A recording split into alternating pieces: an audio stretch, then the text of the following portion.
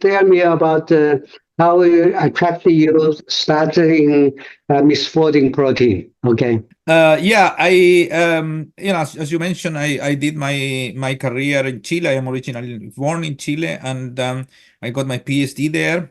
And I got my PhD working on protein aggregation in biology, as function. Like I work in microtubules, so I see how a protein can polymerize and form these tubes that are very important for the cells to work, right? And at that time, I was reading where to go with my career, and I found this idea that proteins can also form aggregates that are actually not good for the cell; they're bad for the cell and for the body. And this was an incipient field at that time in the early 90s. Alzheimer's and prion diseases were early, Parkinson. They were all confluent in the idea that a normal protein that we all have under certain condition, and that condition has to do a lot to do with aging. So during aging, this protein start to misfold and aggregate and form these protein aggregates that finally end up killing the cells. So I fascinated by this idea that a protein can adopt different shapes, the normal shape and the pathological shape, and how this is controlling the body and all that. So my interest is that purely from a very scientific and curiosity point of view. Then years later, my mom developed Alzheimer's, so I was able to get more of the really the connection with the real disease. This is not just a theoretical thing, but it's really something that is so devastating for people. So that makes my desire to contribute. So during my whole career, we have always been trying to not only to understand the disease, which is very important, but also to use the knowledge that we gain in the lab to try to make the things better. So by either getting early detection, so we can detect the disease before it's too late, and also developing possible treatments. So I think, and I have created a couple of companies during my life to pursue some of the ideas that we had in the lab into something that can be eventually translated to real people in real life. So I think this is and neurodegenerative diseases are one of the biggest concerns in society now. Why? Because these are diseases of aging, and since the life expectancy is been growing steadily over the last 50 years, so there are many more people who are reaching the age where the probability to get one of these diseases is very high. So they remain still mostly unresolved. So there is very little to give to the patient. So it's a big problem. So millions and millions of people are being affected by these diseases, and I feel that science has, and scientists have, the responsibility to do something about it.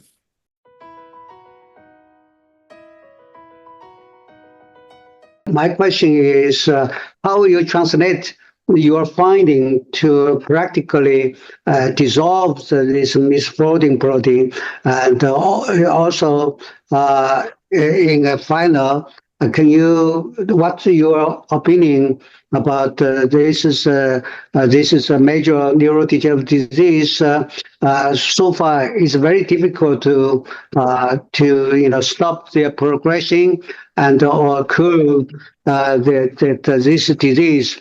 So, what's your opinion in the future?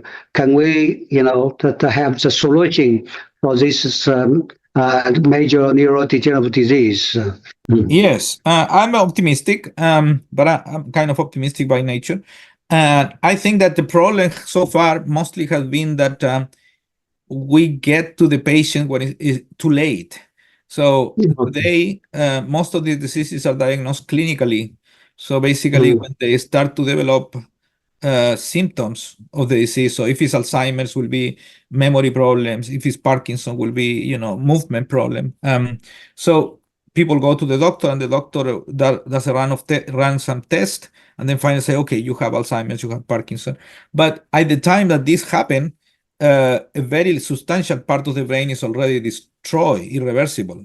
So it's very difficult that any treatment will do a lot of good at this stage. So my thinking is that what you need to do is really to attack the disease early on, so that you can actually stop the brain damage and stop the disease. So and I think that's why I had dedicated a substantial part of my career to develop strategies for early detection of the disease process. So the whole thing started, decades before the people develop the clinical symptoms. So all this process of transformation of this normal protein into the abnormal form, start 20, 30, 40 years before the patients develop clinical symptoms. So this is a good time to detect, and the disease is still very weak. There is no damage in the brain yet. So this is the right time to attack the disease. So that's why we are trying to develop this early and sensitive ways to identify the disease process. And we've been successful with these technologies that we have developed in the lab. We call it seed amplification assays. We also call it protein misfolding cyclic amplification, that we invented many years ago. And over the years, it has been shown by us and many others that they actually can efficiently detect the presence of abnormal proteins in biological fluids of patients, and way before the symptoms of the disease. So what I envision in the future is that, and I think this will be the final solution, will be to be able to do a massive testing of people for the initiation of the problem, let's say in the 40s or 50s. You go to the doctor, and now that, like, you have now a cholesterol test or something like that, you will go and test for your, do you have any proteins that are start to behave badly, and then apply at that point some lifestyle changes or better, some safe treatments. And then I think that will actually slow down or stop the disease process enough that the disease will actually not appear altogether. So I envision a future in which people can say, oh, there was a time early in the 2000s, and there was a time in which many millions of people developed these devastating diseases like Parkinson, Alzheimer's, etc. And now nobody really have it. So like what medicine has done with other diseases, like infectious diseases that they were very common before, and now nobody have them. So this is what I think is, we hope that is going to happen. It will take some time, but I think the field is moving towards in that direction.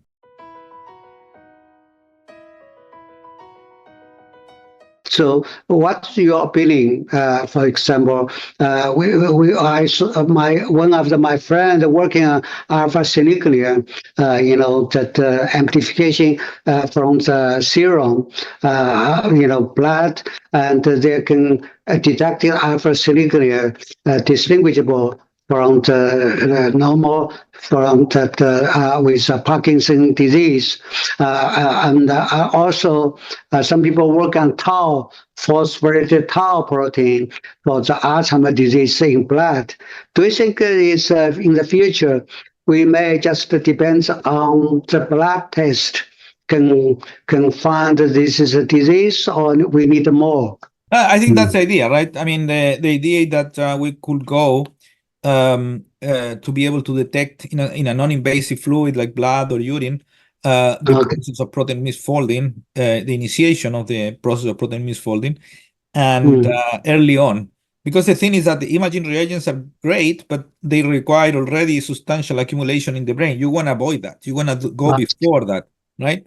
So before that occurs. So this is what I think a biomarker in biological fluids is the best option.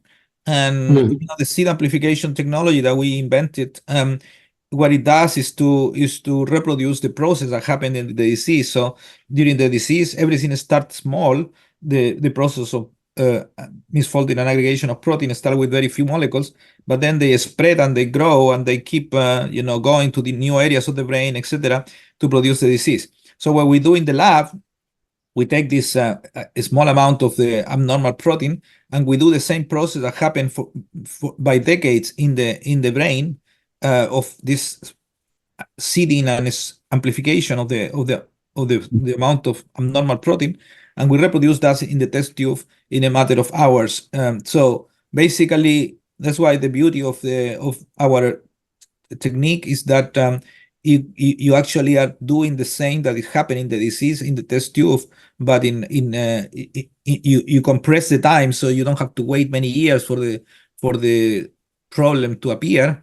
You can do it in the lab in few hours and know, oh, this person is actually on the way to develop the disease. And a number of people have applied our technology, and they have shown in different fluids. There is some papers, as you mentioned, in blood. There is some articles in skin. Most of the work in Parkinson and alpha-synuclein detection have been done so far mostly in cerebrospinal fluid, simply because it's the fluid that is most in contact with the brain and has the highest amount of abnormal proteins, and it's also very clean fluid. But it's the idea is to move it into more into less invasive collection material like blood or urine, and we are working very hard on this. The whole thing is to have a highly reproducible assay that can be done every single time the same way, and can have a very robust result. So this is what we are trying to accomplish.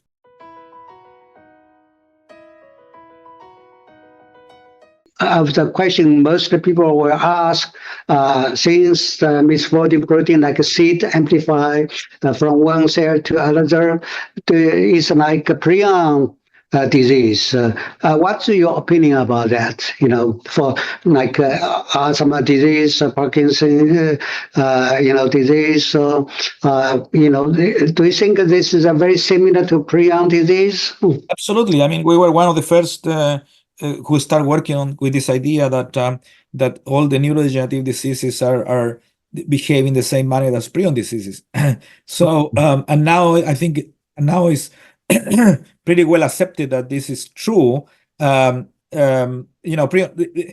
are fascinating. I mean, that's really how a protein can behave like an infectious agent and almost like a microorganism and go from one person to another, or from and so we know a lot about how this happened, and the underlying mechanism seems to be the same. This seeding capacity of spreading, so we're saying, from cell to cell, from one area of the brain for a different area of the brain, etc. It's really a prion-like mechanism. The main difference between the real prion diseases like Creutzfeldt-Jakob disease and the other neurodegenerative diseases is that it's unclear where the other neurodegenerative diseases are possible transmissible between individuals. So the capability to be transmissible is there, and we and others have shown it in animal models that you can actually induce the disease in this manner in an animal. However, in real life, this may not happen, because simply that how to acquire the seed from one person to another, it may require a very specific process. In prion diseases, for some reasons, the aggregates are extremely resistant to elimination, so you can even eat them and you get infected. But maybe in some of the other diseases, this doesn't happen. So that's why. But that doesn't mean that they're not the same. They're actually the same. They grow in the same way. They progress in the same manner. And so I do believe that they're prion diseases. They're just probably not infectious. But that's something that we still don't know. I mean, require a lot of additional investigation. But most likely, and most people think that Alzheimer's, Parkinson, or the other diseases are not infectious diseases like prion diseases are. But the underlying mechanism, what is happening in the brain, is exactly the same.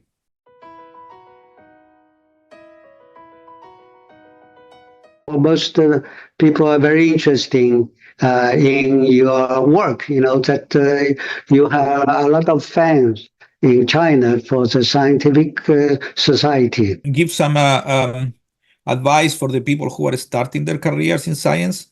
Okay. So I think you have to really think that science is very powerful. Science can change the world. I mean, let's imagine for a minute that we can develop a good early diagnosis and robust, safe treatment, and we can eliminate, or nobody actually get Alzheimer's disease or Parkinson's disease anymore. I mean, imagine how much this will change the world, right? So Yes. science is powerful. Science can do many things. So if you're a scientist, feel this reward that you can actually impact the life of positively the life of people. It's not easy, of course. There is a lot of challenges on the way. There is a lot of competition.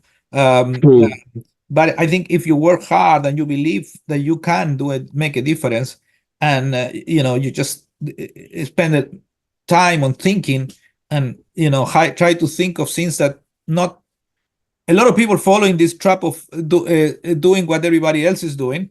I try constantly and push the people in my group to do that, to think in a highly innovative manner. So what we're not thinking or we're not seeing, what is going to be important in 5 years from now? Let's start working on these things. So I think this is very important. I mean, I will tell people science can be a very rewarding career where you can actually produce a big impact in your life, and also feel the responsibility that if you become a scientist, I mean, you should really always think of how can I do something good for people, so for lives, not just publishing a paper. I mean, of course, we all need to publish, and it's important to publish in the best possible journal. But the most important thing is to take these ideas and actually make them to get it to the point that they benefit patients and society. And I think that's really something that I would like to recommend to people who are starting scientific